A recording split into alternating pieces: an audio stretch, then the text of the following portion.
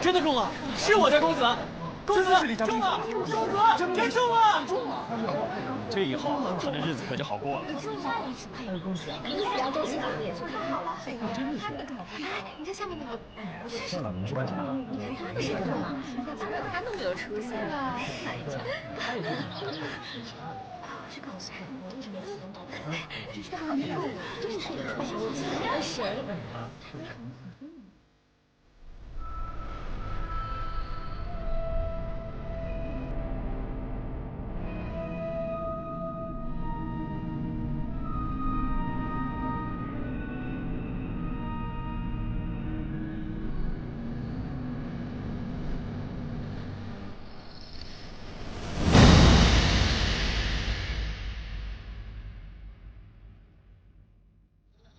公子，夫人叫您吃饭呢。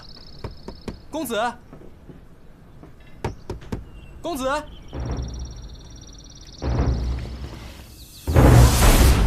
人呐！来人呐！不好了，公子他来人呐！不好了！我的儿啊！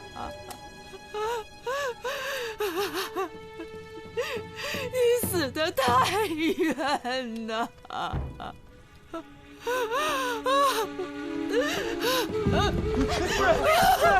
夫人，使不得呀，夫人！夫人！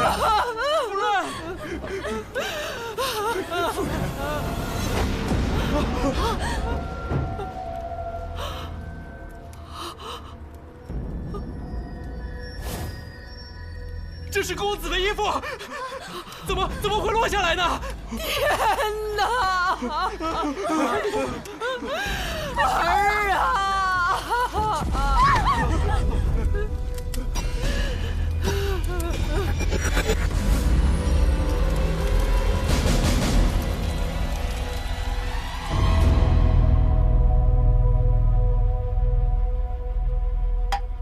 世时刀立天，与无量香华，天衣诸影，供养释迦牟尼佛及地藏菩萨仪，一切众会俱复瞻礼，合掌而退。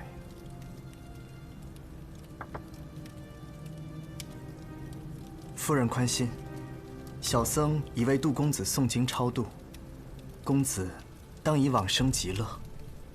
待贫僧去点上香烛。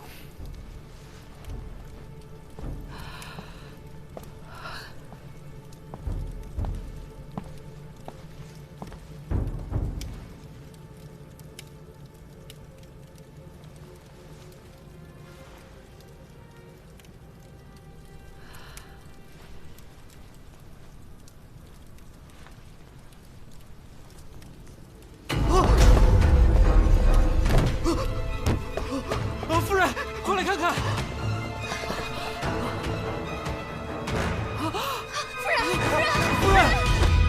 夫人！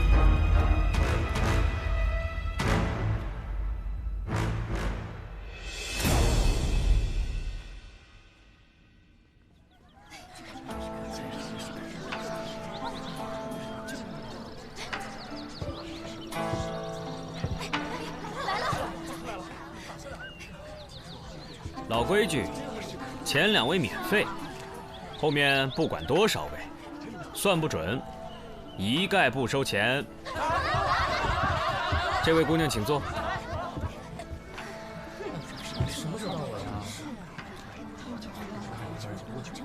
这位姑娘，眉宇隐隐发黑，身上有阴气，却不似恶鬼缠身，一定常与往生者打交道。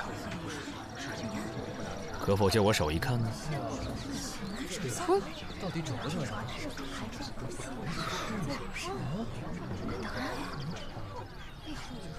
你是仵作吧？我是个仵作。这大师真是必须传啊！真厉害！哎呀，这位姑娘月得生辉，红鸾星动，眉目中含羞带臊。姑娘此番可是来求姻缘呢？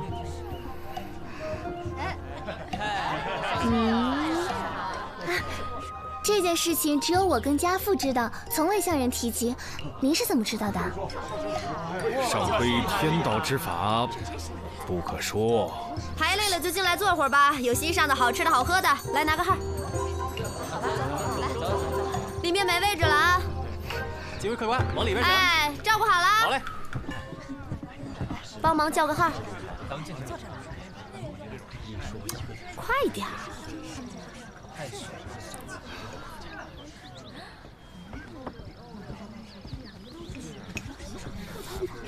嗯。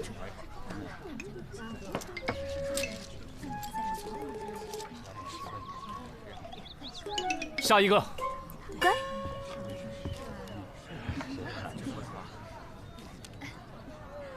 先生，帮我打一卦吧。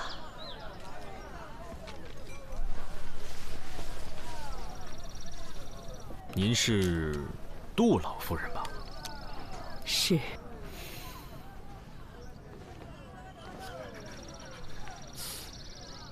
白发人送黑发人。唉，您老千万别悲愁垂涕，节哀顺变吧。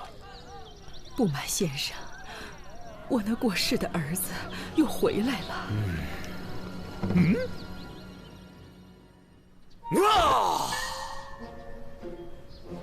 少妇玉女收摄不详，登山拾猎佩戴印章。头戴华盖，足涉魁罡，左扶六甲，右卫六丁。前有黄蛇，后有乐章，何神不服，何鬼敢当？急急如律令，急急如律令。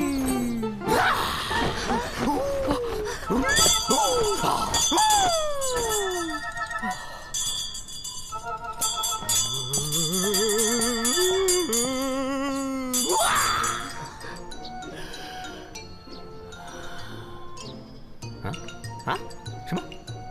啊，好吧。什么？哎，这都是我分内的事，你安心走吧。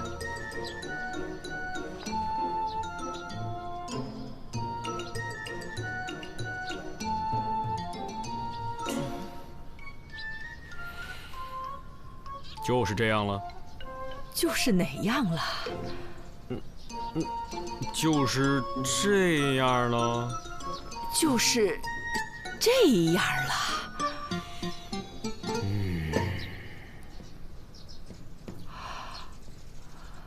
杜公子迟迟未出现，必是已经安心投胎了。夫人，这是好事啊。哦，阿弥陀佛，还不快给大师拿酬劳！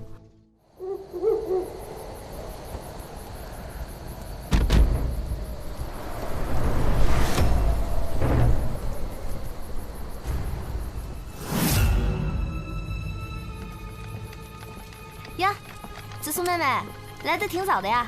紫苏姑娘，你骑马来的？我来的时候他就在这儿了，我看他一直在这徘徊。我猜，死者应该是他的主人，尸体就在后面。啊！死者的身份确认了吗？死者叫李牧，跟那个杜成一样，今年同是考生，而且都中了解元。紫苏，我们看一下。我们在死者身上发现一块绢帛，上书2句血诗。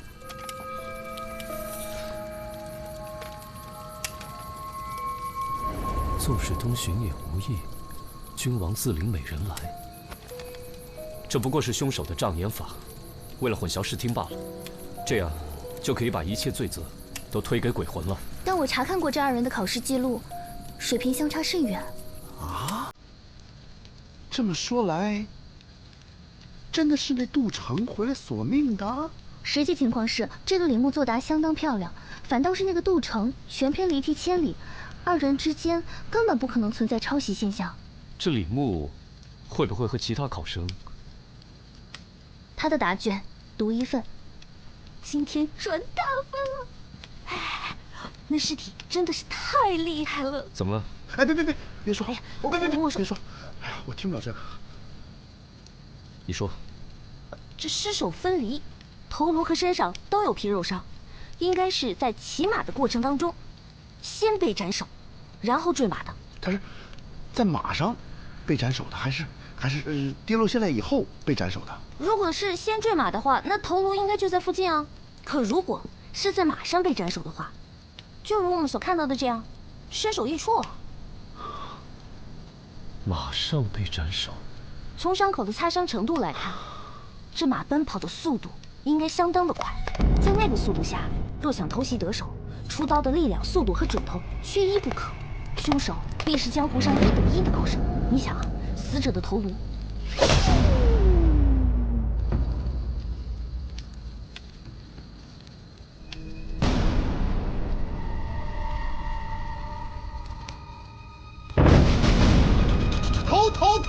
头！啊！自作！快跑！自作！快！自作！出来！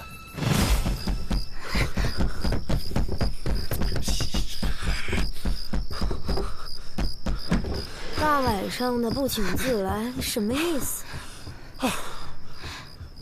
你千万别怕啊！有我呢！我告诉你啊，所有的鬼都怕我，放心好了。怎么了，你们两个？我真见鬼了！死去的书生回来索命来了，死人的头擦飞升好几丈远。子苏别怕，就在你们隔壁的南小街。好啦，喝口酒压压惊，喝口茶定定神。你的酒三炮，子苏妹妹你的茶。我去睡了，走的时候把门带上。干嘛？他收费。知道了。这茶。一杯茶，一杯酒啊。四娘，你家的茶好辣。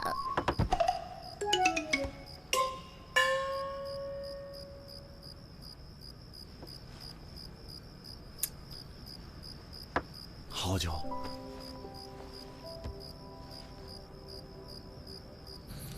出来。小的是李牧家的家丁。今天夜里，你可有发现什么异常没有？小的早就伺候公子睡了，可是后半夜听到公子的房间里有响动，接着公子就跑出门，径直走到马圈，骑着马就冲出去了。公子好像魔怔了一样，小的还听他不停地喊着什么“冤魂索命啊”。公子真的是被恶鬼缠身了。李家附近就只有这一条小路吗？啊！你在上面干嘛？你管我？我登高望远，思路比较开阔。我问你，死者生前可与同住宣阳坊的杜成认识？我们家公子跟杜成是同窗，曾经拜在一个先生门下，不过这也都是3年前的事儿了。那这3年间，他们之间来往的多吗？以前时常一起吟诗作对，后来也不知道咋回事，来往就不多了。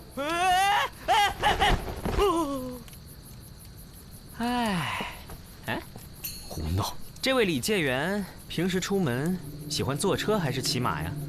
平日都是骑马。我们家公子骑术了得，我们早就劝他别骑太快，没成想，绝了！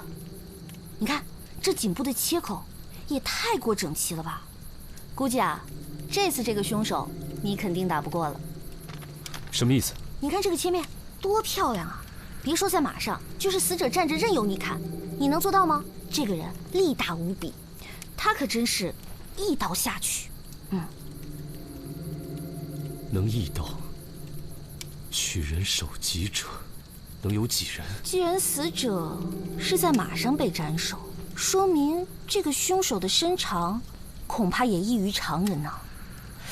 夜叉在世也不过如此了吧？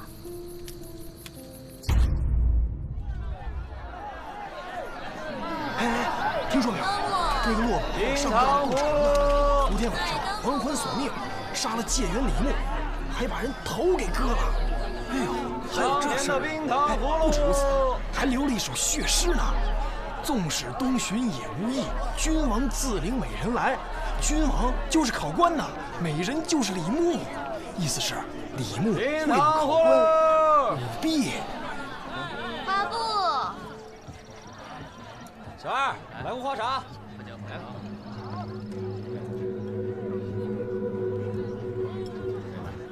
官，都是在。大师，大师啊，我儿子回来了！开官，吃点。我儿子回来了，大师。你的胡子呢？哦，喝酒喝酒。这样显年轻。哦，大师啊，昨天晚上他们说我儿子回来索命杀人，一定是谣传。您明明劝他投胎去了。哎呀，真是谢谢您啊！我知道您不便说，点头摇头即可。哦，他绝对不会现身的，我估计已经转世了，没准都出生了。好啊，太好了！愿他生在富贵人家，少吃些苦。多谢先生了，这是给先生的报酬。这怎么好意思呢？小事情。我先出去了。干嘛呢？这忙不开呢。啊，我肚子饿了，我出去打个牙去。哎，恩人，你何必出去吃啊？我做菜的手艺还算不错，你要是不嫌弃的话，我这就去做菜给你打牙祭。当真？啊！你不是想把银子拿回去？啊不，我要这钱做什么呀？这都是你应得的。不过，您能不能再帮我问问，成儿转了世，他今生过得好不好？啊！小意思了，这事儿包在我身上。啊，要不咱们先去看看厨房？哎，啊，您请，哎，这边请。哎，我是西域人，口重，酱油佐料您只管多放啊。四娘，你可知道这长安城有哪些善于刀斧的人？长安城最善用刀斧的人，就站在你面前。那你可有把握，一刀就把人头砍下来？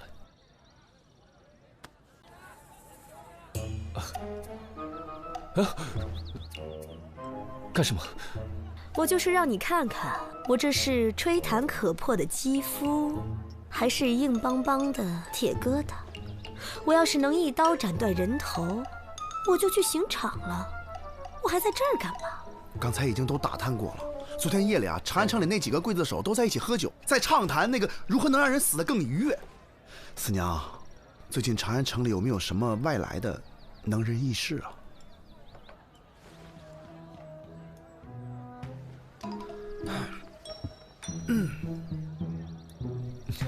消息还没探呢，又想要紧。哎，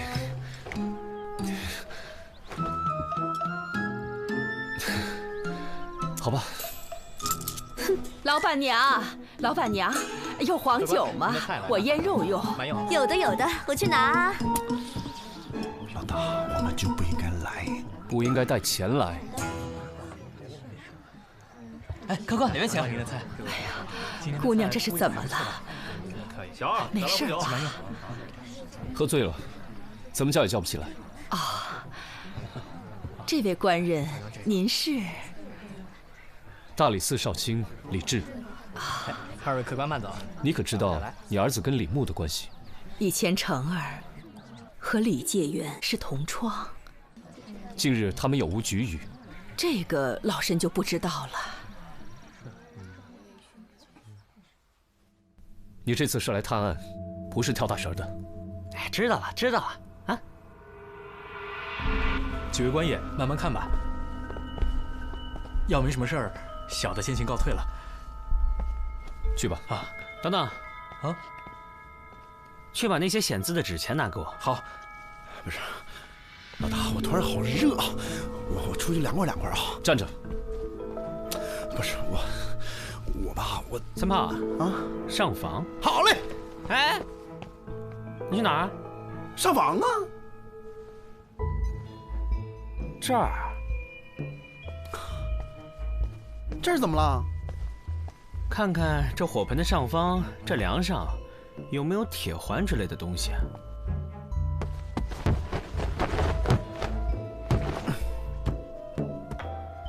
哎，怎么样？有灰。说正经的。有铁环。确实有个铁环。哎，你咋知道的？铁环，这就没错了。杜城的衣服应该是用丝线吊起来，然后从上面的铁环固定，丝线断了，衣服自然就会掉到这个火盆里。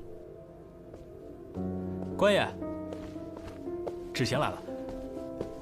这个纸钱上是不是还残留着乳臭味啊？所以呢？所以会显字啊？什么意思啊？应该是有人事先用了乳汁，在这上面写字。当纸钱靠近火盆，一受热，字就会显形了。低级骗术，不值一提。这纸钱有谁动过？这纸钱是从寺庙买的，买来的时候是新的，我拆的，之前没有人动过。三毛，你再看看那边的灵牌。我都看过了，没问题。哎，三炮啊，你去看看，看看有什么机关没有。老大吧，这死者为大，你知道吧？去，要不我去。有什么好玩的吗？哎，双叶，你来啦！啊，快去！四娘让我来告诉你们，她那边收到了风声，说长乐坊东顺大赌庄最近新招了2个力大无比的高人保镖，身长9尺。哇，9尺！哇，那可真算是高人啊！三炮，啊，跟我走。哦，就是嘛，这灵位也没什么好看的啊，我们去赌坊吧。啊。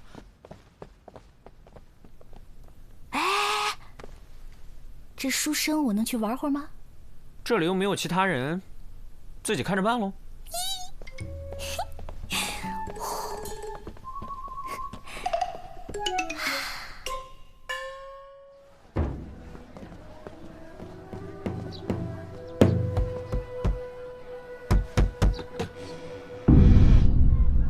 搞啥子嘞？我们是大理寺的，听说贵赌庄新来了2个西域保镖，请二位出来相见。哎，你敢让我们老大吃闭门羹？你什么意思啊你？三炮，上！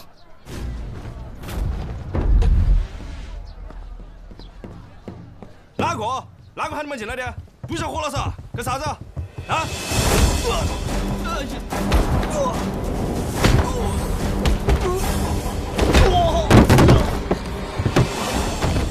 使不得，使不得！官人手下留情啊！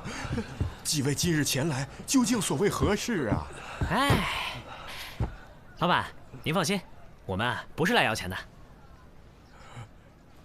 把那2个西域保镖叫出来问话。还请少侠高抬贵手，那2个保镖是小人捏造的，本庄并没有这2号人物。不是，那你编的瞎话干嘛？只因本庄近期经营不善，赔钱太多，实在是拿不出钱来呀。为保平安，方才出此下策。几位官人明察呀，小的绝无恶意，只是借保镖的说辞来震慑那些别有用心之徒啊。把你们庄内武功最高之人叫出来问话。就是他。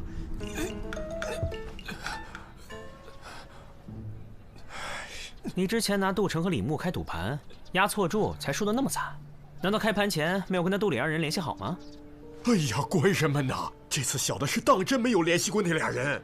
但我在开局前呢，把2人的诗作找来对比，确认了杜城的才华远非李牧所能及，所以我就特地做了一番挑选，在李牧的作品中差中选优，杜城的作品中呢就优中选差，然后供投注者对比参看。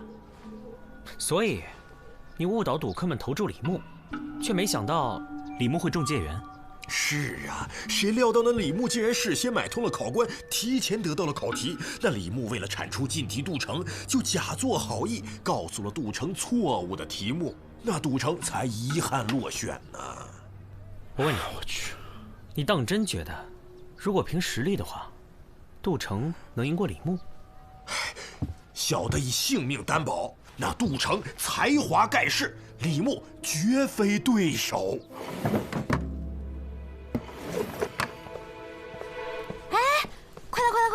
你们快过来看看！哎，快点，快点！怎么样，有发现吗？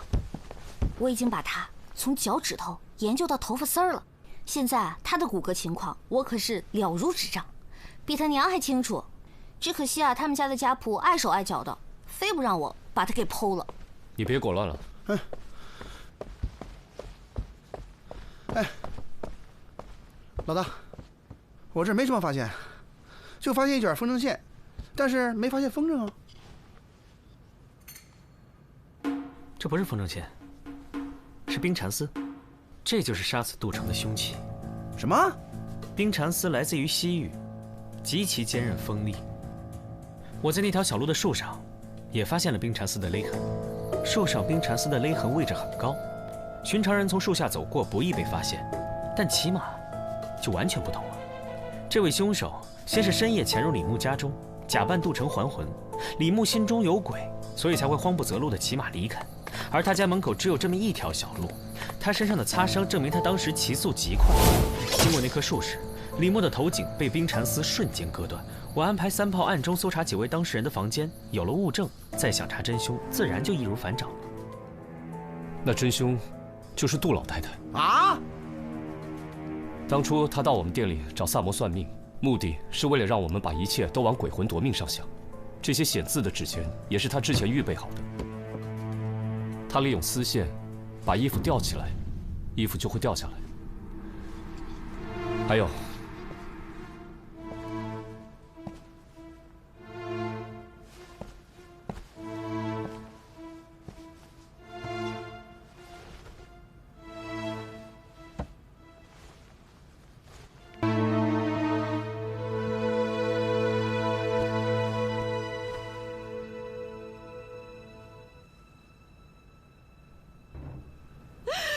让我随你去了吧！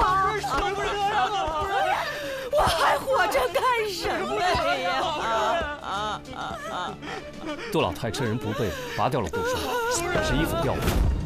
之所以怀疑她，是因为当时只有她一个人靠近过这根柱子。这个杜老太看似手无缚鸡之力，若不是发现这卷冰蚕丝，我也不会怀疑到她的身上。不是，老大，这不应该吧？那你说这杜老太太图啥？等等，快来看我家程程。程程？哇，这尸体太带劲了！你就可劲儿折腾吧。你看他颈部的勒痕，好赞吧？杜城是用什么字眼而死啊？他们说是白灵。哦。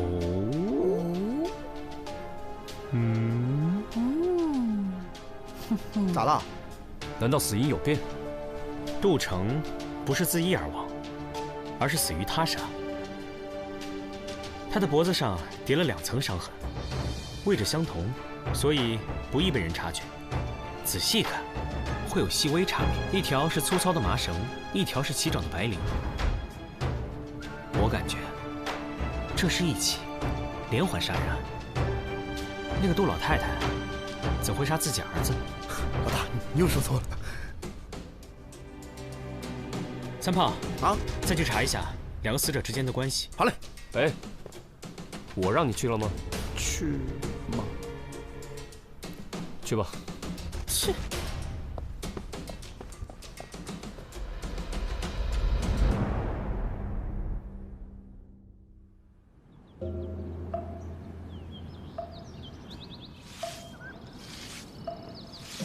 那杜老太有杀人动机，却没有作案时间。李牧死的当晚，他一直在灵堂，有仆人可以作证。哎，小师傅，跟您打听个人，你们这个寺里有没有一个干净的师傅？干净的师傅，就是整洁的师傅。师傅，我们是问之前被杜家请去超度的那位师傅。哦，2位施主是找净放师兄吧？请随我来。干净、整洁。师傅，我们这是去哪儿？去藏经阁。净放师兄在藏经阁受罚抄经书。啊？他为什么受罚？我们觉得也很奇怪。净放师兄一向脾气都很好，但是就在前几日，因丢了扫把，跟师弟动起了手，这不就被受罚到藏经阁抄经书了。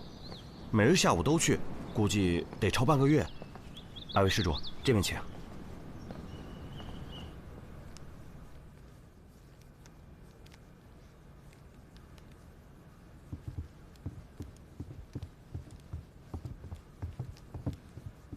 师兄，有2位施主求见，请。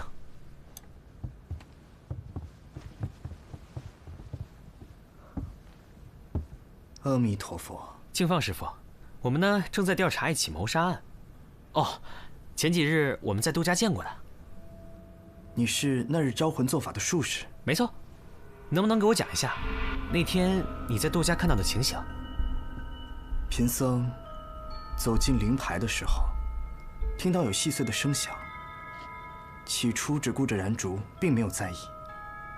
后来那声音越来越快，越来越急促。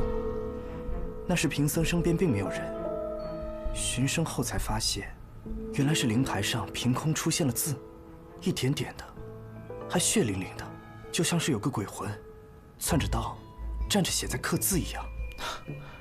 我听说前几日你都在抄写经书，那么忙，怎么还有时间去杜家帮忙啊？方丈把抄写经书的时间放在午膳后，那日夫人清晨来请，并无妨碍。你好好回忆一下，当日那个灵堂可有什么异样？冤魂显灵，戾气冲天，唯愿逝者早登极乐。阿弥陀佛。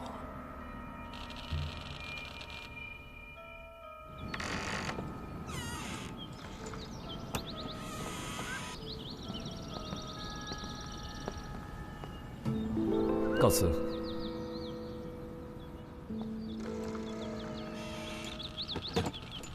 2位施主，外边有人找你们。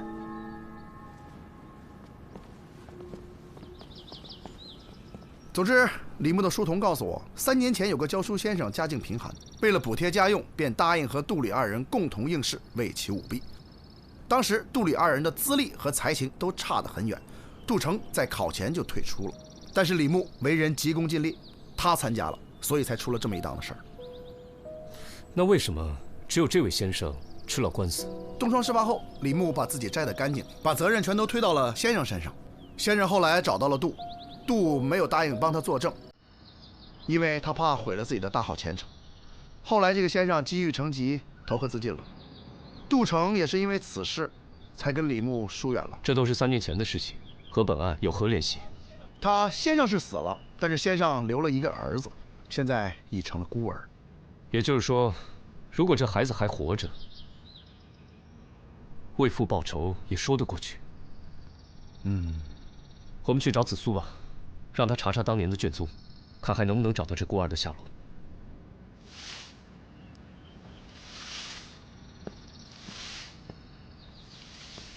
小师傅，我想打听一下，你还记不记得敬放师傅那天跟你打架，伤到哪儿了？脸上和手上都有，不知道身上有没有。那是抓伤呢，还是淤伤？淤伤和抓伤都有，但不过恢复得很快，现在都差不多好了。哎，那你还记不记得他跟你打架是几日啊？是9日前的晚上。敬放师傅来这寺里多久了？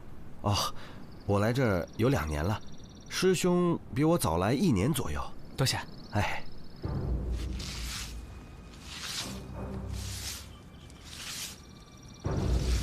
我们可以去逮捕敬放了。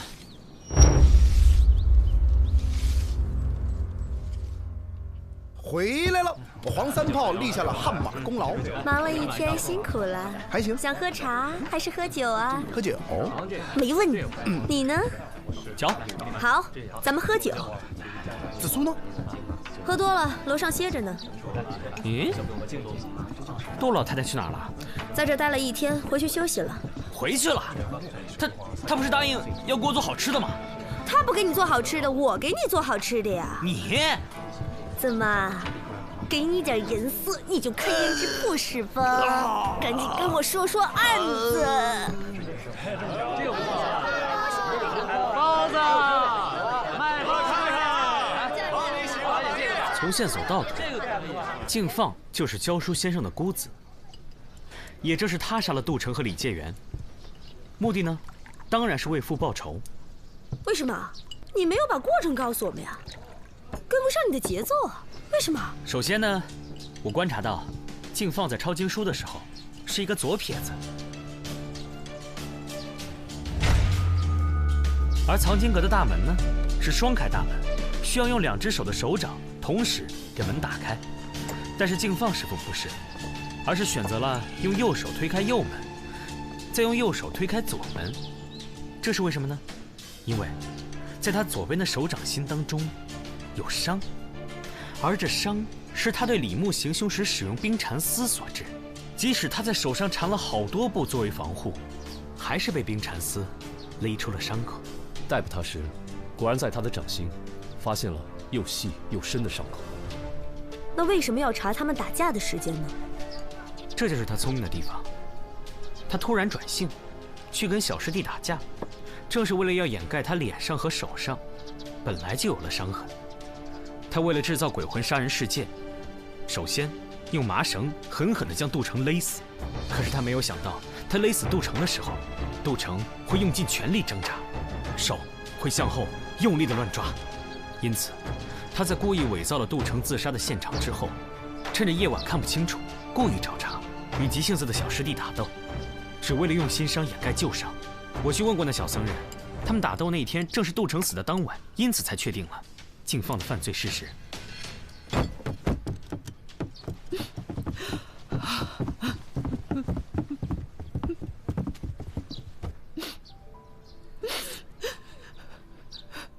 你刚才说，我儿子不是自杀，而是他杀。我的儿啊！如此说来，这一切都是敬放设计好的。敬放被抓时，承认早前李牧曾去寺庙祈愿，希望能中戒愿。敬放便看准时机，挑拨他除掉劲敌杜城。至于那纸钱，本来就是从寺庙当中取回来的，一定是敬放之前做了手脚。至于灵位，应该是他事先备了一块涂了当归、雄黄与奇楠酒的牌子，点上香烛，奇楠酒遇热挥发，奇楠粉与当归和雄黄发生反应，灵牌变色。不过，我还有个问题没想明白。可是案件到这里，思路清晰，证据确凿，还有什么问题吗？敬放当时不在场，那他是如何操纵衣物，使之落入火盆当中的呢？是我。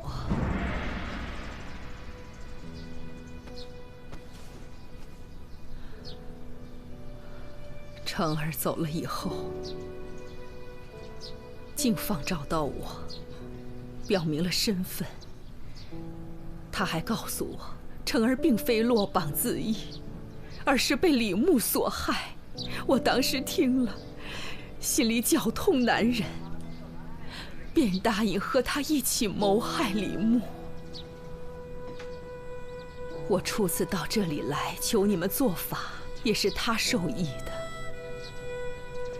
他说，只有这样先做铺垫，才能洗清干系，才能制造鬼魂杀人的舆论。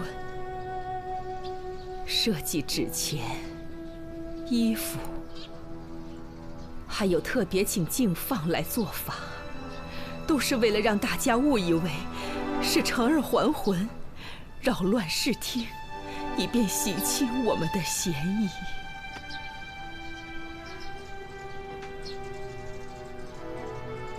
杜老夫人，请你跟我走吧。是。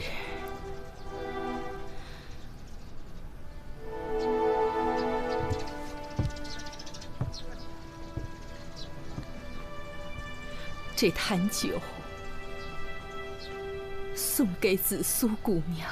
杜老太太，紫苏姑娘不能喝酒，她昨晚喝了一口，到现在都没醒呢。成儿生前也是不胜酒力，每喝必醉。我就特意为他酿制了这种酒，酒香浓郁，喝多少也不上头。可成儿还是没命喝它了。愿他来生的娘不会像我这么老糊涂，就把它送给紫苏姑娘吧。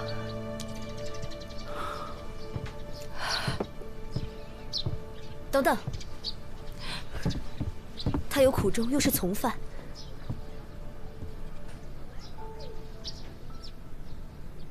放他一马。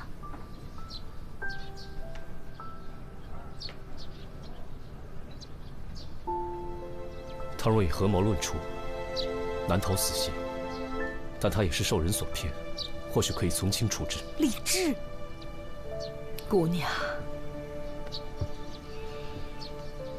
费心了。重判也好，轻处也罢，终不过是拖着这把老骨头了此残生而已。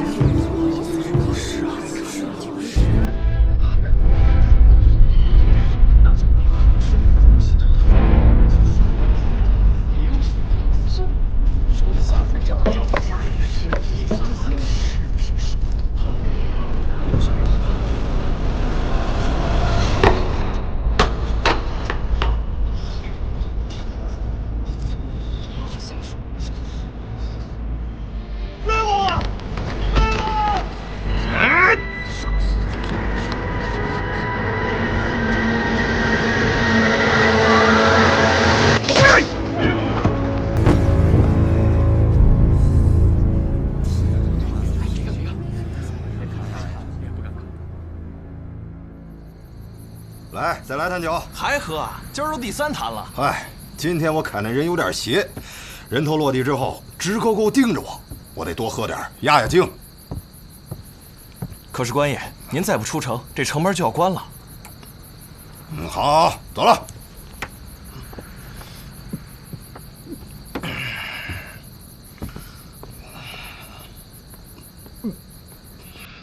客官慢走啊，有空再来啊，客官。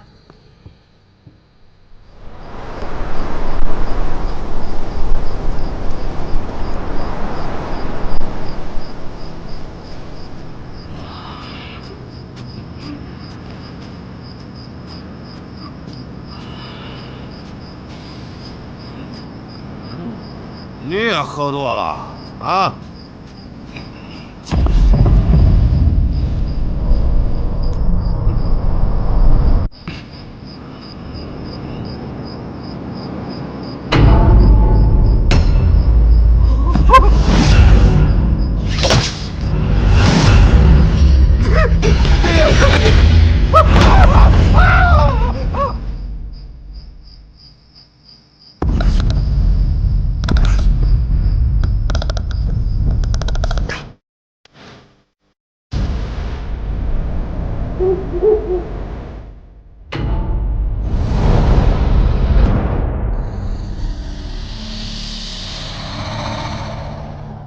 哎，又香又脆的蒸饼啊！吃一个想2个了啊！快来买啊！蒸饼、胡麻饼都有啊！哎，好，蒸饼、胡麻饼刚出锅，来2个。好，热腾腾的胡麻饼蒸饼啊！哎呀，行了，快点啊！快点！您稍等，马上走了啊！拿回家别放着，吃着吃，好吃您再来哈。你怎么想起客官来了几天？那个3斤蒸饼好嘞，把我给吓着了啊！还有事能把你多少钱啊？你那么大胆啊，30文。都把我吓懵了，坊间都传这事儿呢。哎，你不用说，我都知道。你说的是刑场那事儿吧？是啊，客官真是太邪了，坊间都传遍。那别烫着，我听人说完头皮直发麻呀。啊，两位，你们说啥邪门事儿啊？我也想听听，说说呗。昨天刑场有个叫李三的被斩首了，你听说了吗？听说了，听说了。他呀，昨天夜里来索命了。对呀，这也太吓人了。这件事啊，都传遍了。那个砍李三头的王大柱死在刑场了，邪门吧？刽子手死了？可不是吗？都说是李三回来报仇了。哎，我还听说有人昨夜看见李三在大街上游荡，不由得你不信呐？这光天化日之下，这鬼魂之事啊，不可信，不可信啊！你不信？那王大柱的尸体还在刑场躺着呢，你要不信就去看看吧。哎，你的饼。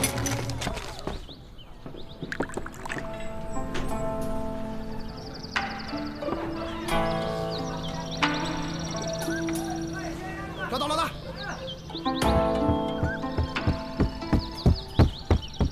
有消息，有消息啊！想先听好的还是先听坏的？好消息。柳安坊新开了一家蒸饼店，我排了一上午，终于让我抢到了。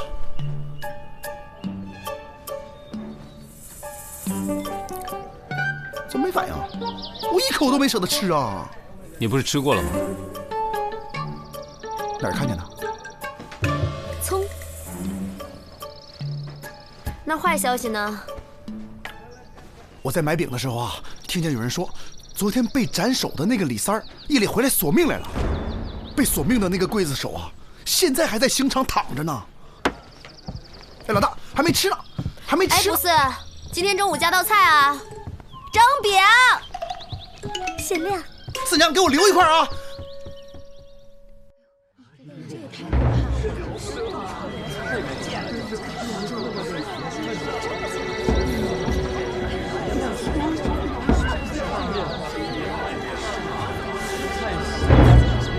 你说你昨天真的看到李三了？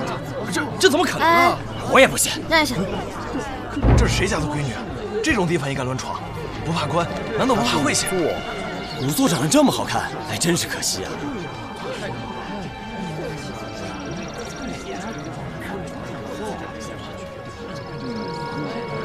官人，什么？那尸体阴气太重，一个弱女子不宜太过接近。哼，那可不是弱女子。死者是被李三索了性命，尸体上很有可能沾着阴气，靠得太近，容易被恶灵缠身。一派胡言！一派胡言！你一派胡言！昨夜，小的正打算睡下的时候，忽然听到窗外有响动。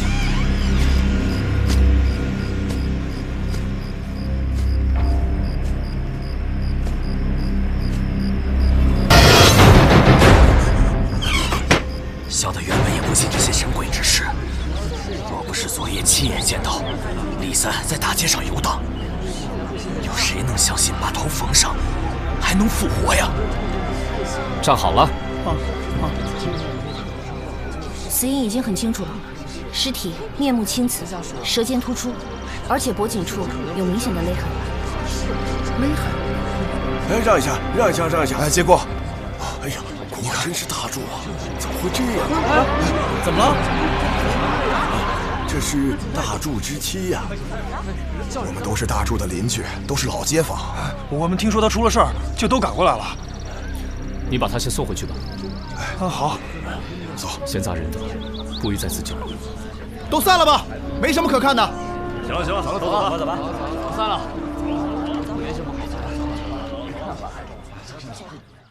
来来来，接下来我们还有更精彩的压轴表演啦！走过路过不要错过，全长安独一份啦！哎，最近这事儿真挺多的，够累的。大家辛苦了啊！哎，来，找了咱好酒犒劳大家。来，光闻这香味我就已经醉了。行，来，行。哎，我说兄弟，哪儿来的这坛好酒啊？你们可别多想啊，就这一坛，多了没有？是，还不多喝点，快点，来，多喝点。别说了啊，干！哎呦，真不错啊，这好酒。哎呀，忽觉阵阵妖风袭来，这乎……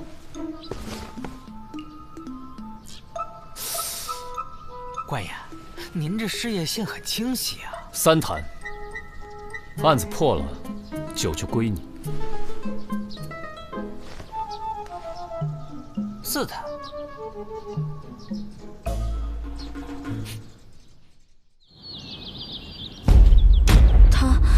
他真的死了。你可有听过最近的传言？坊间传闻甚多，不知大人指的是哪一件？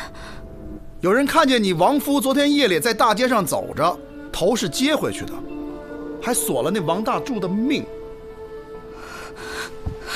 贱妾有一事相求。再说。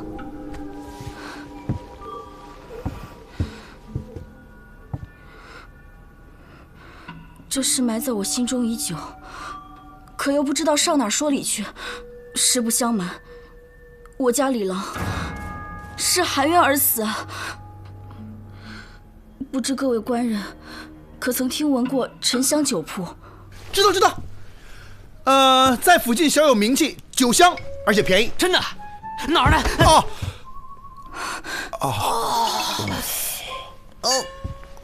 对不住各位官人，贱妾不能见血。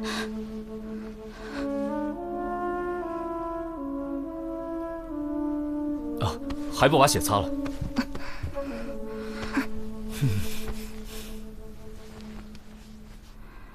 说到这沉香酒铺，正是我家官人多年来的心血。这酒铺名声出去了，却招来了大祸。1、2、3，开炉喽！哎呀，闻真香啊！确实不错。我来尝尝。好了，真是好酒啊！这两搬过来。确实不错。哎，走，这给我。慢点啊。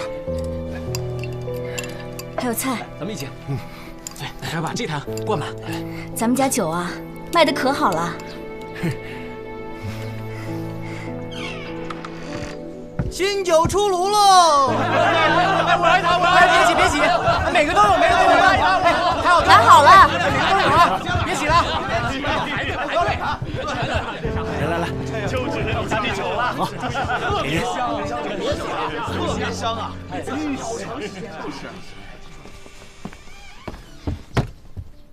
请问这家酒铺的主人在吗？酒已售罄，不知公子找我何事啊？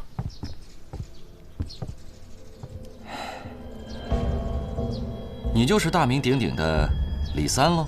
小的不敢当。有客人来了，上茶。这就来。久闻沉香铺的大名啊，今天总算是眼见为实。区小店不值一提。我也开了一家酒楼，叫摘月楼，好名字啊。不知你是否愿意和我做个交易？公子请说。据说沉香酒楼有一张祖传的方子，只要你肯把方子交给我，我愿意奉上丝绢100匹，锦20匹。你先出去。好。公子还是另寻高明吧。小的一个破方子，不值得公子100匹丝绢。你是不是再多考虑几日？不用了，方子是不会卖的。公子也知道，这方子是世代相传。我若是将这方子转让给外姓人家，岂不是要被老祖宗责骂？哼，好，不卖，我会让你后悔的。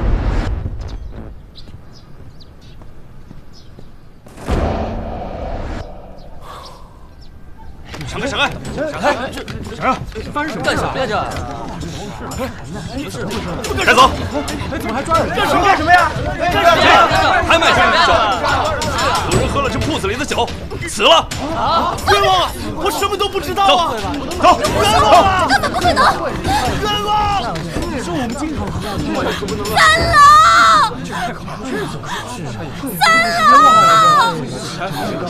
我看这里就是没有毛病。李郎被打入大牢，酒铺也被查封了。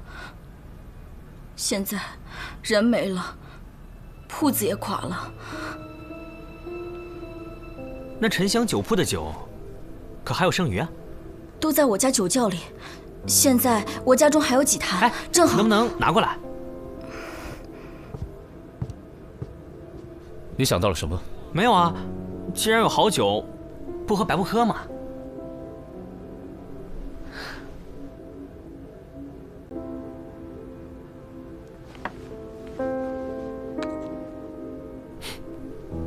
你知道这是什么吗？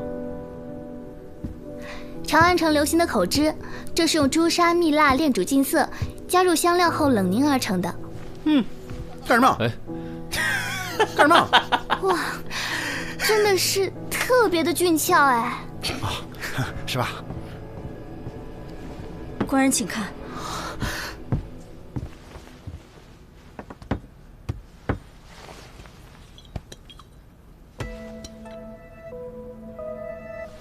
闻上去倒是好酒，不过是不是真的好酒？能喝上一杯就更好了。哎，这酒可喝死过人。你可认识花三弟啊？不认识。那你为什么会杀害王大柱？官人何出此言？我一妇道人家，怎会行杀人之事？人当然不是你杀的，而是你指使花三弟去杀的。你在胡说什么？花三弟今日早晨端了一坛好酒，我一闻那味道便知是你们家的酒，而且花三弟这人沾酒必醉，3杯下肚就什么都说了。难道你还不承认花三弟的酒是你送给他的吗？贱妾不应该骗官人，这酒的确是我赠予花三弟的，可是我从未指使他去杀害王大柱。这王大柱与我无冤无仇的，我怎么会？王大柱可是杀了你夫君的。如果我推测的没错的话，那日在街上出现的李三，也正是你让花三弟假扮的吧？你不甘心你的丈夫含冤而死，为了引起人们的议论，所以你就制造了死人复活的假象，好让官府重新介入调查。我说的这些都没错吧？官人说的句句属实，我实在没有办法才出此下策。可这王大柱的死与我并无关系，望官人明察，望官人明察啊！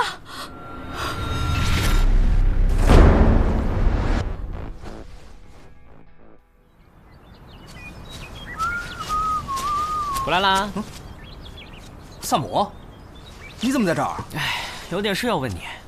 问吧，只要我知道。今天你给我们喝的酒哪儿来的？朋友送的。啊，什么朋友送的？有门路能搞的好酒，介绍我认识一下。难道你那位朋友是个女的，还是个有夫之妇？我算一下。这女的她丈夫姓李，对不对？你又知道了。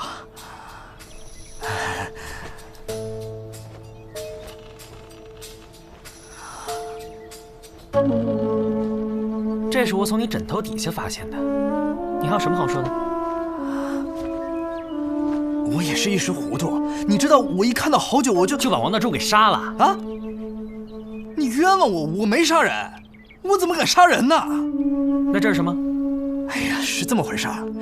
李七前几日看到我，她让我帮她个忙。她说她丈夫是含冤而死，希望我假扮成鬼，晚上去捉弄王大柱一番。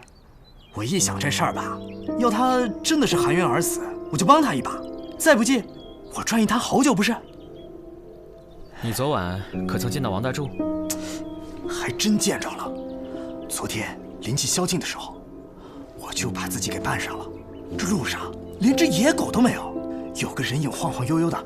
我一看，王大柱，这一看就是刚从酒馆出来，醉醺醺的。我只是想着捉弄他一番。可他一看到我，眼珠子都这么大，噌一下转身就跑了。我看他撞进了一户人家，我怕把事情闹大呀，就赶紧回家了，一觉睡到天亮。你不信，你可以问王二他们，我可再没出来。好吧，那这东西我先替你保管了。哎。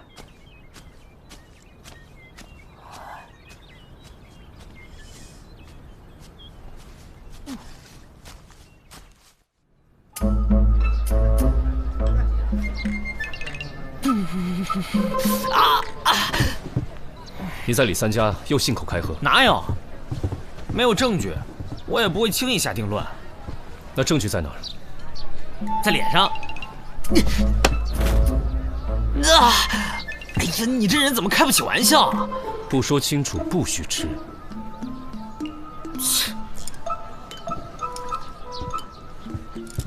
来，拿筷子。你可还记得今日在李三家发现的口汁？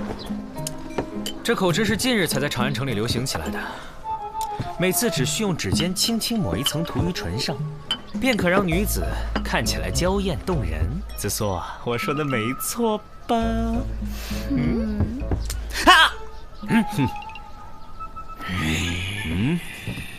不吃饭瞎折腾什么呢？干嘛？斗鸡啊？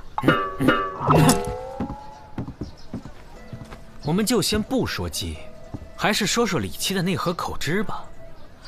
那口汁，你们可能没有注意到啊，那口汁看起来刚起封不久，但是其中的口汁却已消耗大半，绝不是每天正常取用的量。哎，还有，你记不记得我们刚进李家的时候，李七看到三炮流鼻血，就马上挡住视线，说自己不能见血。所以我推测，李七便是用这口汁代替血，在花三弟的脖子上画出血痕，然后再用绳子装饰。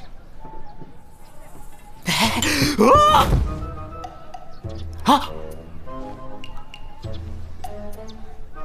哎，好，我今天在三弟家发现了一样东西，上面沾着口汁。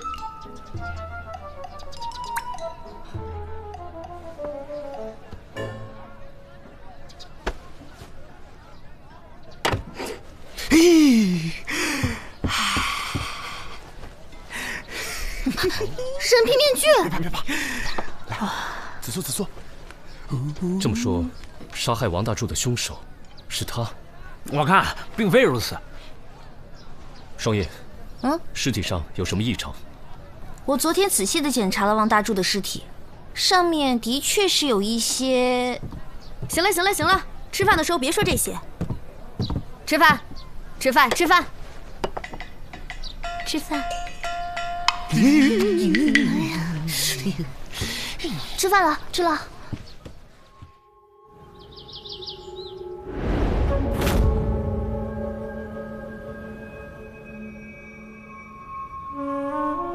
可有什么发现？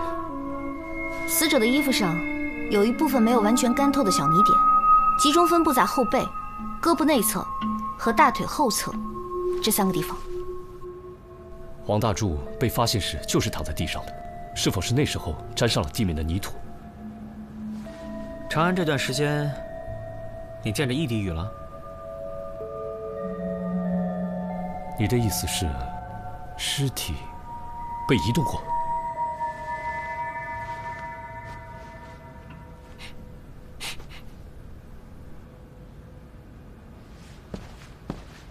不好了！王大柱的妻子死在了家中。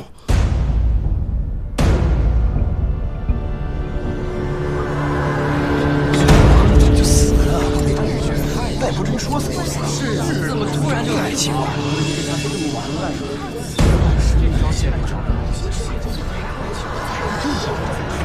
这真是怪事，家就完了。是，你看看这不就……哎呀，手机，官人，官人。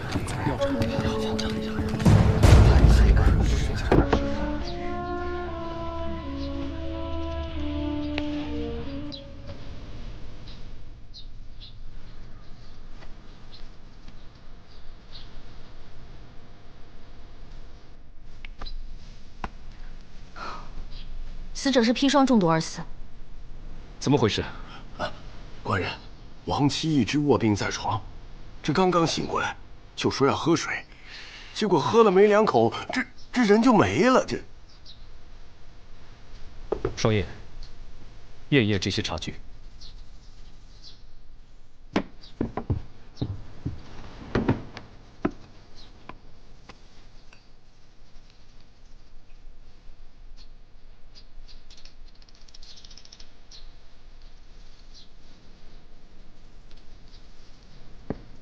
刚才他用的可是这个杯子。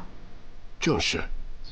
这茶壶里面的水没有问题，但是这杯子里面有砒霜，好，这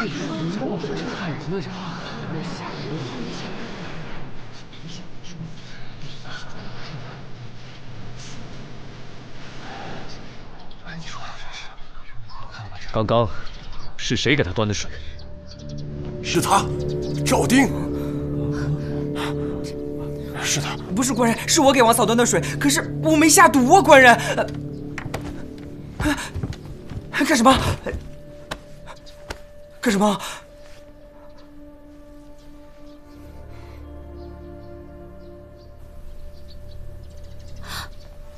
他的手上也有砒霜。啊！官人，我冤枉啊！我不知道我怎么手上会有砒霜，我不知道啊。就是他，我经常看到他调戏王嫂。你别胡说八道好不好？就是他，我也看到他，就是他，肯定是他调戏王嫂不成，怀恨在心，才下了毒手。我是调戏了王嫂，但是我没下毒。证据确凿，还敢狡辩？真的不是啊，官人，真的不是，真的不是啊！啊！这没想到，究竟是这样的小偷。这太坏了，是这样的人。就怕这种人。这位大哥，你看什么呢？啊，我是看到你脖子上这个吊坠十分特别，忍不住多看两眼。啊，这是一朋友抵债给我的，珊瑚而已。啊，是，告辞。赵丁，走吧。哎，什么情况这是？收摊了。收摊了啊！凶犯抓住了。可以啊，三胖，我就晚来一会儿，凶犯都抓到了。嗯，怎么死的？砒霜中毒，凶手把砒霜涂在了手上，趁着给王七端水，把砒霜溶进了水里。我冤枉的，我不知道砒霜怎么会在我手上。还在狡辩，带走。哎，等会儿，能不能让我跟他聊会儿？哎，我说，我们这凶手都抓住了，你还有什么可聊的呀？三胖，你们俩留下。是。我们先回去整理案宗。哎我。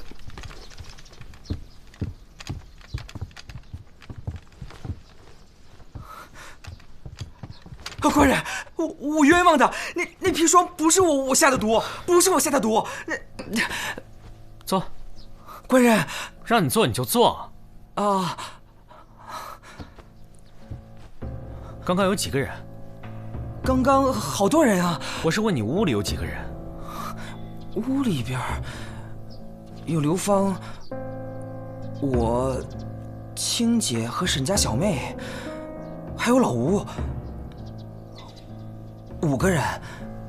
那你说说，王琦死前都发生了什么？越详细越好。王嫂说想要喝水，我就去端水。我看到老吴在不停地擦着一个杯子。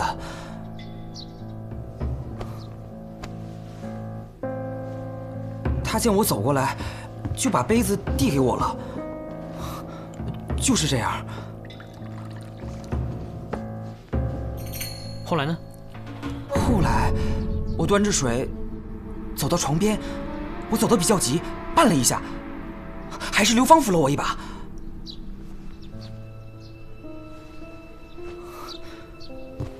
你说的这2个人，他们也住这附近？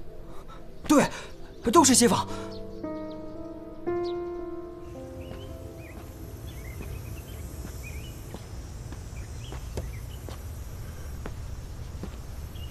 有人在吗？有人吗？哎，这位公子，你大叔，我赶了挺远的路，方不方便请我讨杯水喝？哎呦，当然可以了。这鬼天气啊，又闷又热的，到屋里吧。哎，里边请。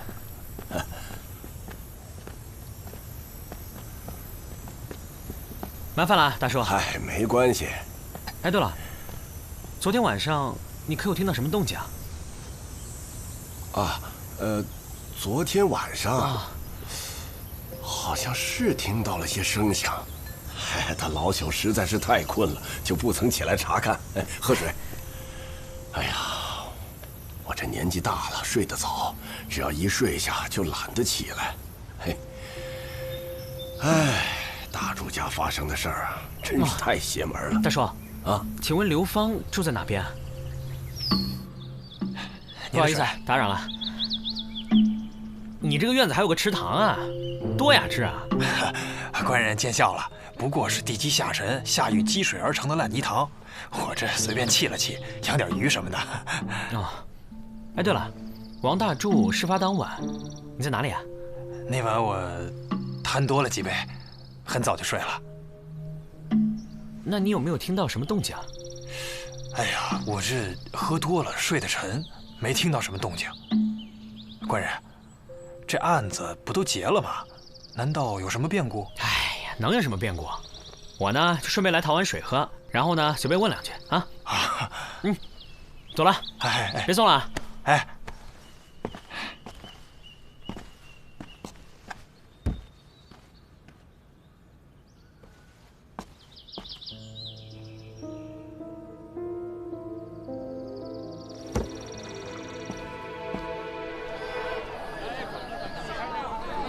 哎，客官，里边请。哎，您吃好了。哎，慢走啊，客官。哎，里边请两位。王大柱跟王七的案宗已经整理的差不多了，只不过还是有些可疑之处。知道了。凶手抓到了吗？萨摩跟他耗着呢。哎呀，我们老大因为这个破案子，已经好几天没有睡过一个好觉了。跟我走。给你们老大准备点好吃的。赶紧的。我能吃吗？当然了。这案子现在还不能结。那你倒跟我说说，为什么不能结？真正的凶手另有其人。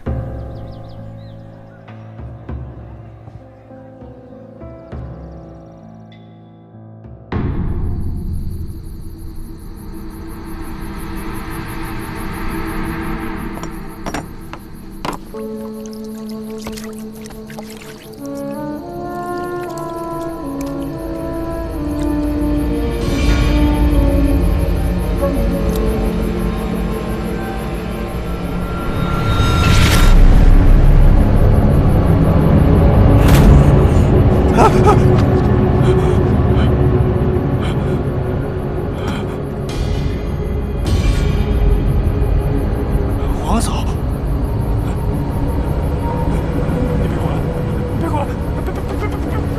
你别过来！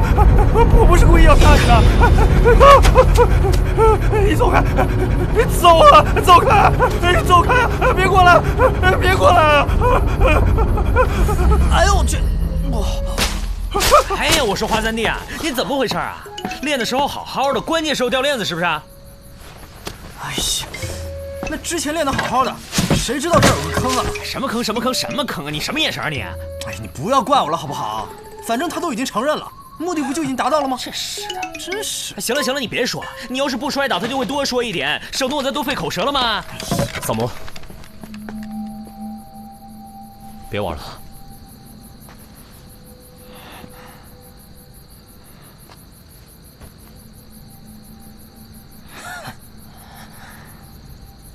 你不是说案子已经结了吗？是，案子是结了，现在正式结案。我实在想不清楚，我做的已经很好了，你是怎么开始怀疑我的？王七被杀当日，我来到王大柱家与你相遇，发现你盯着我的吊坠，两眼放光，说话时缩着身体，畏手畏脚，让我开始怀疑你是一个行窃多年的惯犯。没错，在这长安城中，我纵横了20年，从没失过手。可是，这与王大柱的死有何关联？这刘芳与王大柱又无仇怨，他们的确没有仇怨，只是因为王大柱发现了你的秘密，你才想要杀人灭口吧？你把贼赃藏在自家的水塘里，这样即使你行窃的事实败露，捕吏也很难找到证据。我注意到你家的池塘，这塘中之水久不流动，就是我们常说的死水，这会生成一种特有的腐败腥糟之气。我在王大柱的尸体上也闻到了这样的味道。再加上花三弟说，王大柱目睹李三缝头复活，在极度恐惧之下撞进一户人家。你家的门便很新，应该是撞断之后新换，证明王大柱当晚撞入的就是你家，因受了惊吓，精神恍惚，失足跌落水塘。你怕你的小秘密从此败露，恶从胆边生，将王大柱活活勒死。之后，你想到王大柱是刽子手，所以你就用推车将王大柱拉去刑场抛尸，想造成冤魂所用的假象，然后回家清洗掉推车上的泥污痕迹。你自以为谨慎，反而弄巧成拙。我发现你的指甲久未修剪，里面还藏有黑垢，头发整齐但却油腻，说明你不修边幅。那么在你凌乱的生活环境里，却摆放着一辆如此干净的小推车，实在是太奇怪了吧？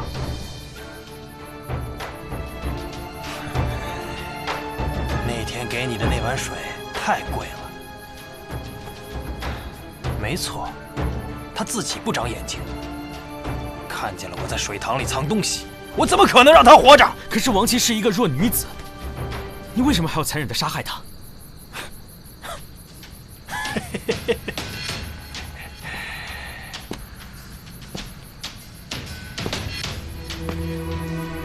你的确是挺聪明的，差点就被你摆脱了嫌疑。你想把嫌疑全部推到邻居赵丁身上，因为他才是那个把水端给死者的人。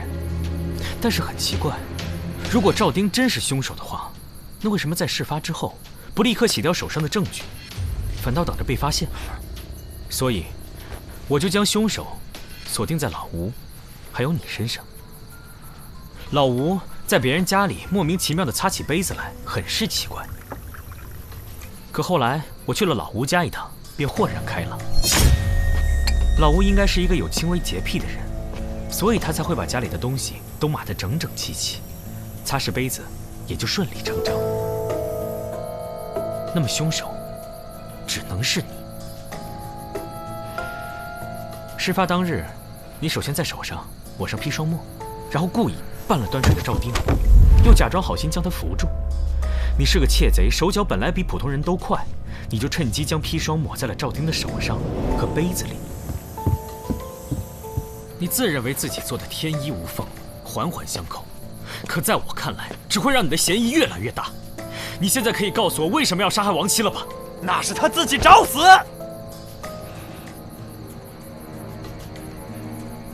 她丈夫死的当日，我为了不引起怀疑，我就跟几个邻居陪她去刑场。我特意把沾满泥污的鞋换掉，可她看到我以后夸我鞋干净。哼，这事儿吓得我眼皮跳了好几天。回来我就想，她必须得死，她死了我才心安。证据确凿，你还有什么话要说？既然你已经认罪，那就跟我们走吧。带走。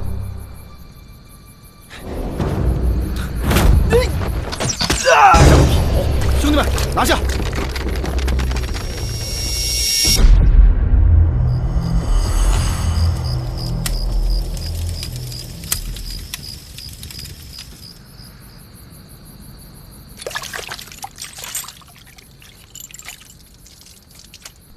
想什么呢？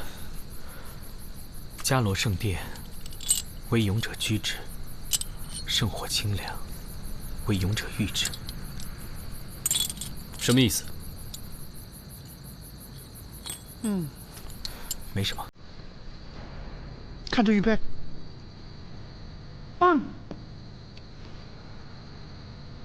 那这流芳跟嘉兰还有关系？